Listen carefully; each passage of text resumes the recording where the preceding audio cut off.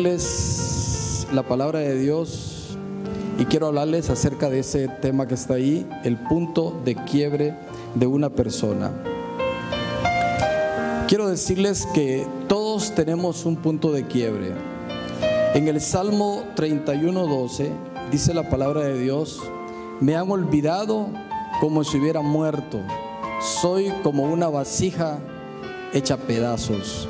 Esta es la condición muchas veces cuando experimentamos ese punto de quiebre. Un punto de quiebre, todos en algún momento de la vida lo podemos vivir y se puede presentar por diferentes vías que tú mismo propicias si no estás consciente de esas cosas. Un punto de quiebre pudiera ser ese momento de la vida donde podrías experimentar bancarrota espiritual, bancarrota emocional. Podría ser una crisis existencial, podría ser una crisis espiritual, una enfermedad, una pérdida, una situación de vida que no puedas manejar. El punto de quiebre es algo que se puede presentar a cualquiera de nosotros. Estamos expuestos a vivir situaciones de vida que no son fáciles. Quiero mostrarte algún ejemplo de alguien que vivió un punto de quiebre. En Mateo capítulo 26 versículos 69 al 75 dice: mientras tanto, Pedro estaba sentado afuera en el patio y una criada se le acercó. Tú también estabas con Jesús de Galilea, le dijo. Pero él, ¿qué hizo? Lo negó delante de todos diciendo, ¿qué dijo? No sé de qué estás hablando. Luego salió a la puerta donde otra criada lo vio y dijo a los que estaban allí: este estaba con Jesús. Él lo volvió a negar, jurándoles: a ese hombre ni lo conozco. Poco después se acercaron a Pedro los que estaban allí y le dijeron: seguro que eres uno de ellos, se te nota por tu acento. Y comenzó a echarse maldiciones y le juró: a ese hombre ni lo conozco. En ese instante cantó un gallo. Entonces Pedro se acordó de lo que Jesús había dicho: antes de que cante el gallo, me negarás 3 veces. Y saliendo de allí, lloró amargamente. Miren, hermanos, cualquiera de nosotros puede experimentar un punto de quiebre.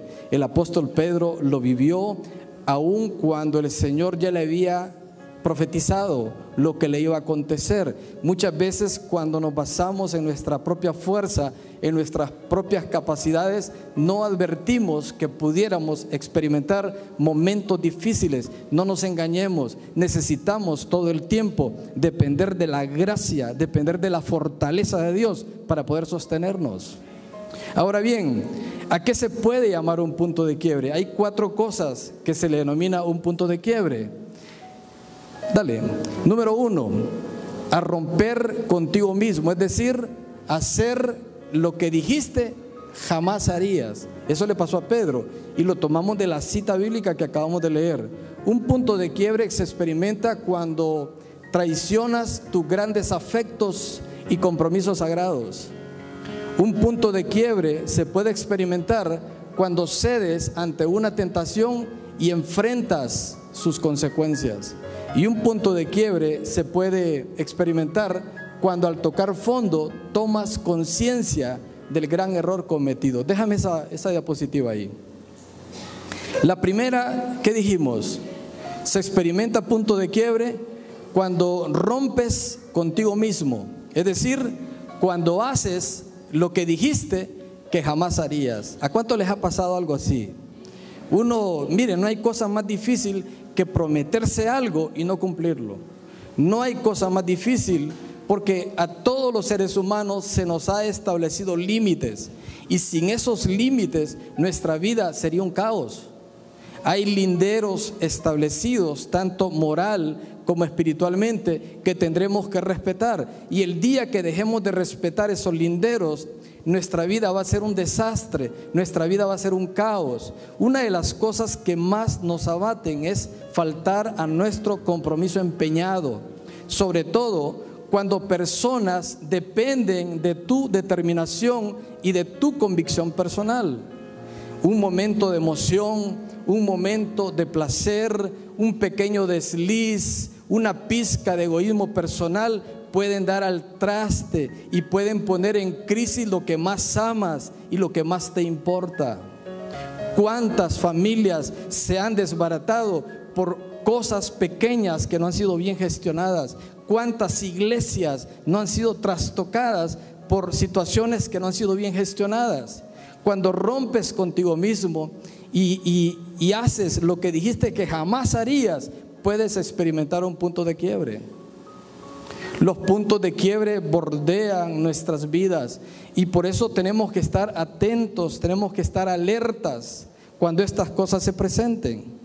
En segundo lugar, ¿cuándo se experimenta un punto de quiebre? Dijimos, cuando traicionas tus grandes afectos y compromisos sagrados. Miren, el compromiso del amor es uno de los grandes diseños de Dios. Cuando este compromiso del amor se quebranta, es causa de mucho dolor, es causa de rompimiento, es causa de muerte, de odio, hasta de guerras.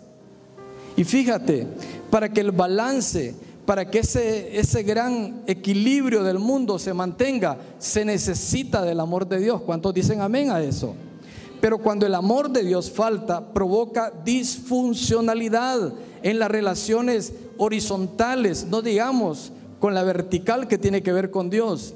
El amor, más que una emoción o pasión humana, es un compromiso, es una convicción dada por Dios para crear equilibrio en esta vida. Amén. Cuando uno inicia en una relación, lo que lo envuelve a uno inicialmente es la pasión, es el deseo, pero una vez que se comienza a sostener, digamos en el caso del matrimonio, lo que se requiere es el amor verdadero. Pero el amor no es una emoción, el amor no es una pasión, el amor en el matrimonio es un compromiso. Igual es la relación con Dios, se requiere compromiso. Sin el amor de Dios, esta vida, hermanos, así literalmente sería un infierno. Hoy vivimos cosas difíciles, hoy igual reina la maldad, pero como todavía está el amor de Dios presente en el mundo, la maldad no se desata como quisiera. Pero va a llegar un día quizás donde el amor de Dios va a dejar de reinar. Entonces se experimenta punto de quiebre cuando traicionas esos grandes afectos y compromisos sagrados. En tercer lugar, dijimos que se experimenta punto de quiebre cuando se cede ante una tentación, y cuando pasa eso tienes que enfrentar las consecuencias.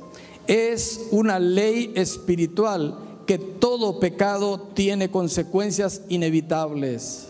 Cuando uno peca, olvida las consecuencias, pero las consecuencias son duras. Y cuando cedes a la tentación que provoca tu propia naturaleza, genera consecuencias que no puedes soportar. Y eso provoca un punto de quiebre que resulta crítico de superar.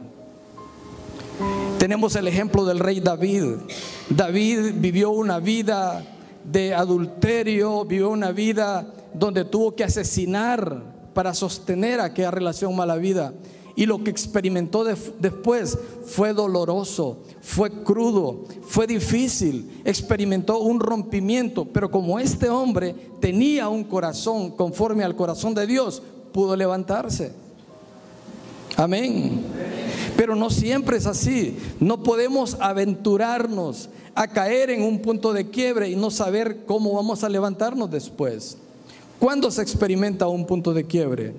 Cuando al tocar fondo tomas conciencia del gran error cometido. En esta situación se entra en un periodo de negación. La frustración pesa demasiado porque la persona toca fondo, y sumado a ello la persona viene y cae en la razón sobre su responsabilidad en el proceso.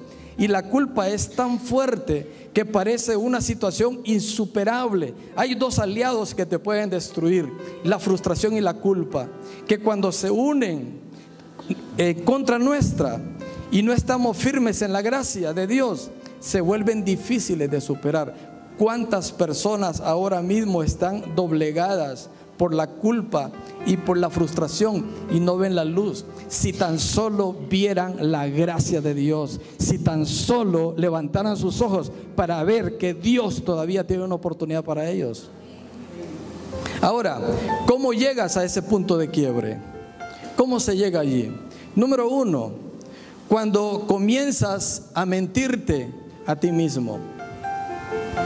Quiero que leamos esa escritura que está ahí, si la quiere leer conmigo. Dice: todo lo contrario, cada uno es tentado cuando sus propios malos deseos lo arrastran y seducen. Luego, cuando el deseo ha concebido, engendra el pecado. Y el pecado, una vez que ha sido consumado, da a luz la muerte. Mis queridos hermanos, no se engañen. Miren, o sea, lo que está diciendo es que tus propios deseos, tu naturaleza y corazón te incitan a hacer lo malo, y tú no lo aceptas como normal, aun cuando va en contra de la verdad de Dios. Fíjate, el engaño y el actoengaño son parte de esta condición. El pecado no ocurre automáticamente. El pecado se da en un proceso. Primero eres atraído, luego eres seducido por tus malos deseos de tu naturaleza, luego el deseo se concibe y luego el deseo se engendra, y eso resulta en pecado. Y este último, el pecado, trae como consecuencia la muerte. El punto es que en todo el proceso prevalece el engaño y el actoengaño. Y en este punto es donde debemos nosotros revestirnos con la verdad de Dios, porque solo la verdad de Dios no cambia ni se mueve. Nosotros somos lo que en Dios, por el poder de la palabra de verdad, hemos sido. Y Dios nos ha renacido precisamente con el poder de la palabra. ¿Cuántos dicen amén a eso?